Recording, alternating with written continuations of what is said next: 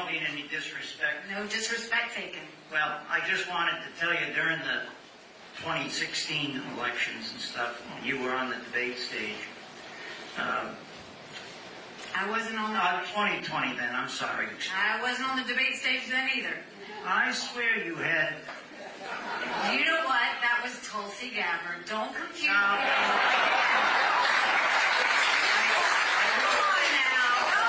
I remember some of the things that you had said at one time about how you felt about President Trump and stuff, and it's... I don't get phone calls. That might be Tulsi calling.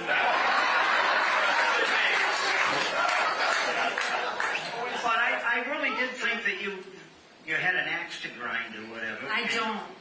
No. Hear me out. My feeling was that you didn't care for Trump, and I understand that. But, you know, he did a lot of good things for a guy that had nothing but opposition against him. I was amazed at how many things he actually got done. I would really like to tell you that I've got nothing but the utmost respect for you after watching that debate the other night. And you can't tell me you weren't on that debate stage. Yeah, I didn't have to be there that night, but it wasn't enough to take my memory away. I would really like to see you be able to succeed. I don't have a problem with a woman going into the White House. I think we probably would get a lot more accomplished. And I would like to see maybe if you considered somebody like Kristi Noem or the governor of Iowa as one of your cabinet or a vice president, because I think an awful lot could get accomplished. Thank you. I think that means you're a fan of women. I'm just going to go there. So, you know, to go back to what you said about Trump, you know what I've found interesting is people want me to love him 100% of the time, or they want me to hate him 100% of the time. The media wants me to hate him 100% of the time. Trump supporters want me to love him 100% of the time. I don't agree with anyone 100% of the time. So I'm always going to be very, very honest in everything, and you'll always get what I'm thinking. The only thing that you may be thinking of that I criticize, he thinks January 6th was a beautiful day. I think it was a terrible day. And so that's one thing that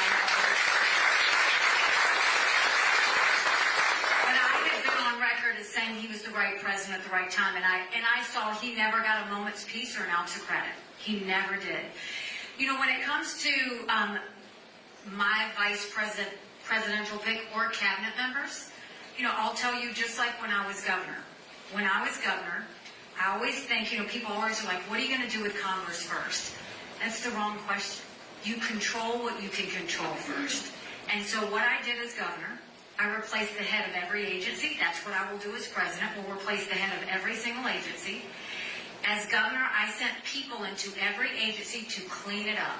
Pull down regulations, pull down bureaucracy, and get rid of problem children. And in some cases that meant we tweaked agencies. In some cases that meant we gutted agencies. We're going to have to gut the Department of Justice. We're going to have to gut the intelligence departments. We're going to have to do a lot of work on some other ones. But we will do it.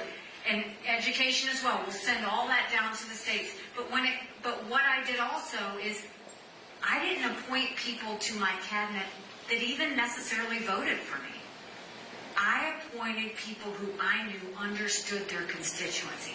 I told them three things. I said, I want you to be creative. I want you to serve the people. And if you see me doing something wrong, tell me. And I required them every 90 days. They had to hit benchmarks that showed the people of the state their return on investment. I saw that all those agencies were spending money because they were worried they wouldn't get the same amount in the budget the next year. And when I would walk into those agencies, you open closets and there were towers of computers, towers of printers, paper. And so what I did was I put all their spending online. And I incentivized them to start giving money back to the taxpayers. And then they actually started to compete. That's what we need to do with government, is get it working again. So I will tell you, with my cabinet heads or my VP pick, I'm not going to worry about whether it's a man or a woman. I'm not going to worry about what race that person is. I'm going to worry about, are they willing to really go into the trenches and do the job to prove to the American people that they're in it for the right reasons? That's it. I have no other criteria. And for my vice president, one, it will be someone who could do the job. God help us with Kamala Harris. And then secondly, it will be someone who makes me stronger. Someone where we can be a force together. And so that's my promise to you. Thank you.